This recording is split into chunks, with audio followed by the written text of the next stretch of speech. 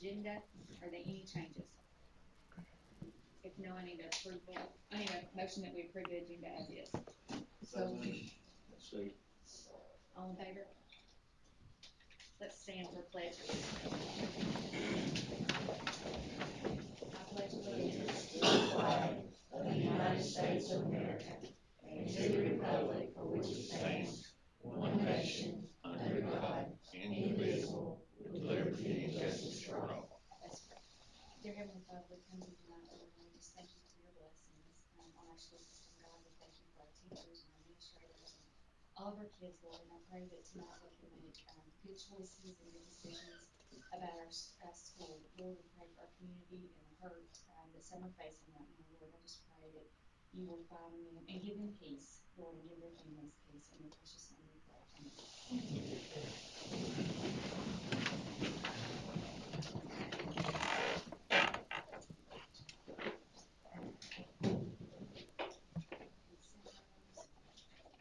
Are in here from, this will be from, what month is this, December?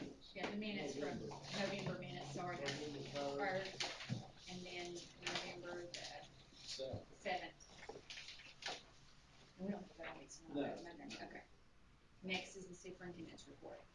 Okay, the first item we have under operational effectiveness is school zone attendance, and some of you might have mentioned it, some of you I did to Greg earlier, and but a few weeks ago, Bobby Mosteller called me, and I wanted to discuss the attendance zone as a community member and former board member, and I told him that all of our attendance, that was all board policies about where people attended school, and he said that he would like to just bring it up to the board as a just a regular citizen now, that about would they consider changing the exemption for employees for up through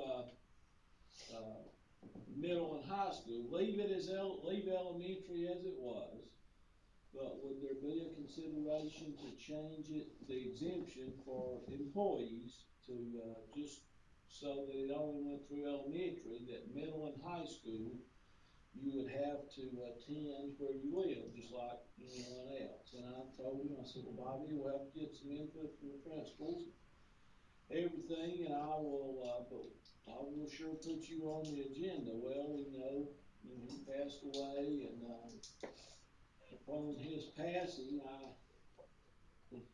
thought to myself, there may not be nobody this side of eternity that knows we had that conversation. And but I told Danielle, I said, let's put this on the agenda, because I told him that I would do it. Yeah, I'm gonna do the best I will do.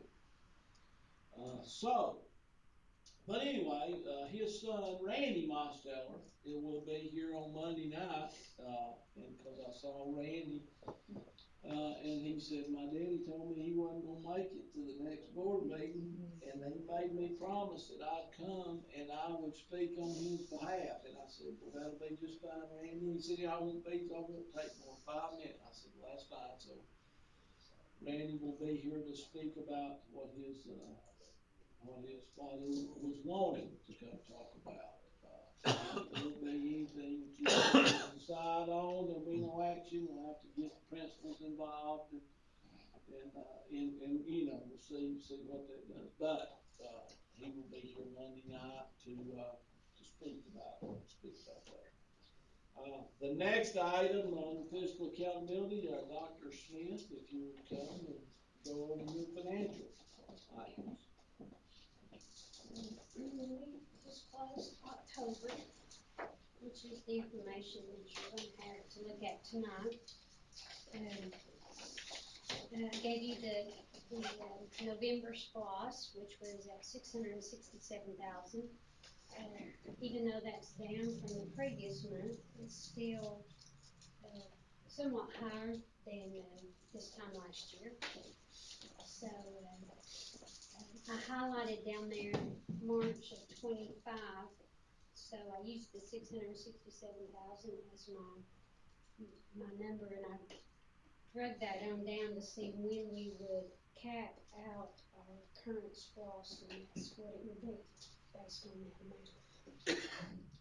So we're still trending a lot higher than we anticipated.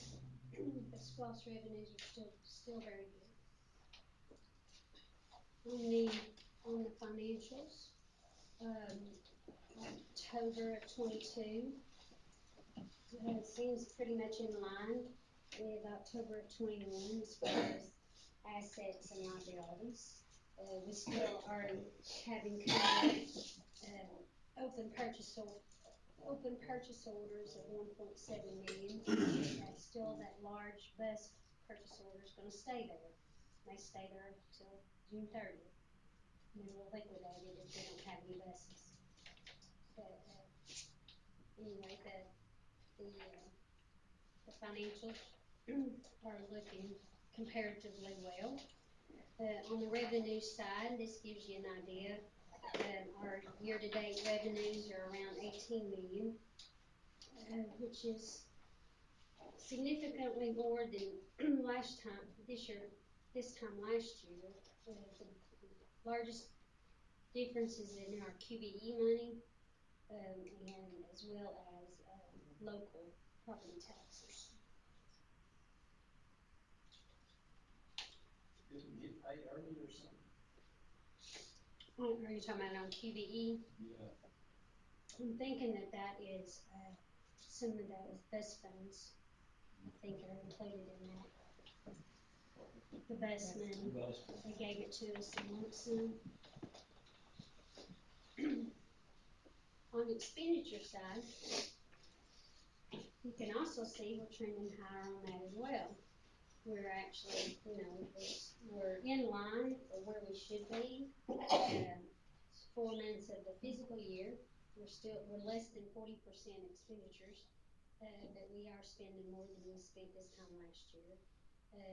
You can account for that somewhat in the fact that salary steps went up with the governor's funds that went up significantly, as well as we're spending money on the bus barn and the new maintenance building. That's all coming out of local money.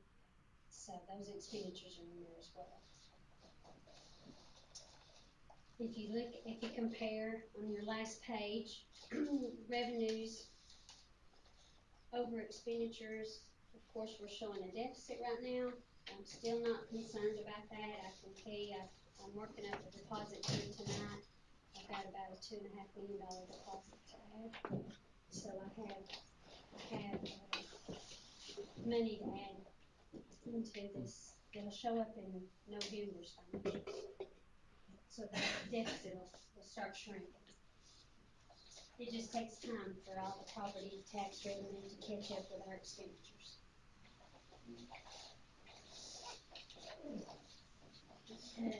The last page you have there are the investment portfolio.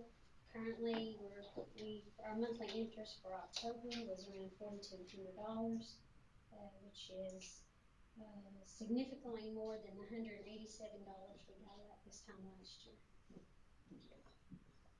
So as you can see down at the bottom, it's adding up. Having that money sitting in that local government investment pool is starting to add up. The last page here is your CARES 3, your SRR. Just giving you a brief overview of the fact that we have around $5.1 million remaining. There again, I've set aside around $3 million to cover the art teachers, the intervention teachers, the money that we've set aside for the schools. So we roughly have around $2 million that we still have until September of 24 to spend. Any questions on the financial part? Okay, let's move on to purchase orders. On purchase orders, we only have 3 tonight. The first one is for Glad and Middle to BSN Sports for $27,270. I can tell you that is a gym divider curtain, and, I requested the state to be able to pay $16,495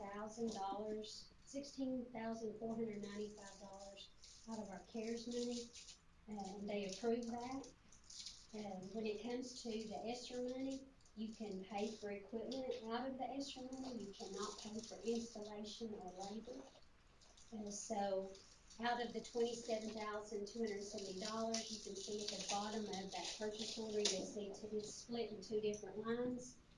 The $16,495 is gonna come from our CARES money, and $10,775 is gonna come from local money, our local budget. But that's a gym curtain divider that Daphne has desperately requested and needed and patiently waited for.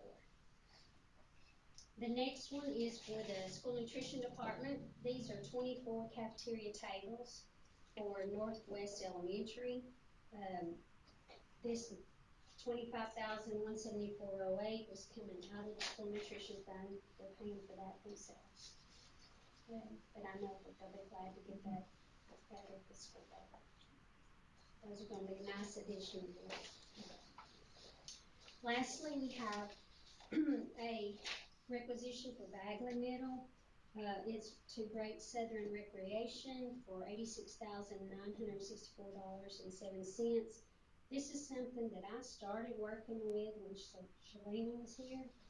This was her request and something that she desperately was passionate about, is it's a special needs playground for her school, that they had nothing that they could use. And so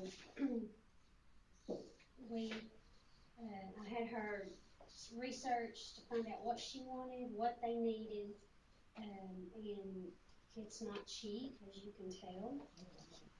There again, I asked CARES, I asked the state for permission to buy the equipment through CARES, so $47,143.50 you can see that PO split at the bottom.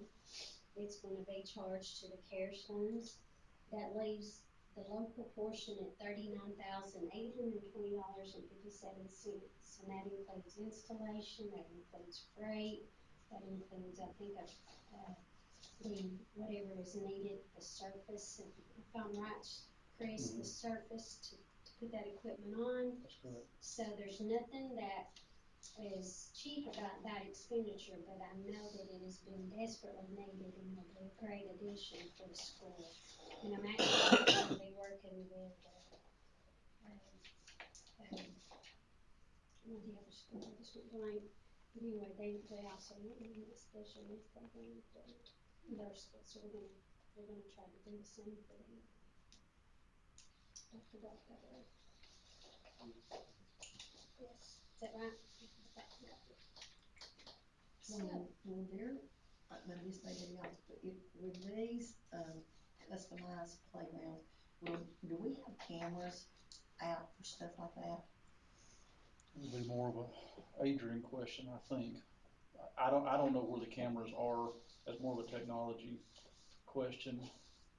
Israel or Adrian might know. An Israel question, Okay. not an Adrian Maybe question. Monday night. Yeah, Okay. he'll be here Monday. Okay. Well, I just wonder if it's nice, then people tend to, you know, you just gotta take care of it. So it'll be something that was desperately needed, and I'm glad that we're able to kind of help that project happen. Anybody have any questions? Thank you, Dr. Smith. Any of the other schools have one of these playgrounds? Not that I know of. Under academic achievement, we only have one item, North Prairie High School field trip. Is there any questions about that?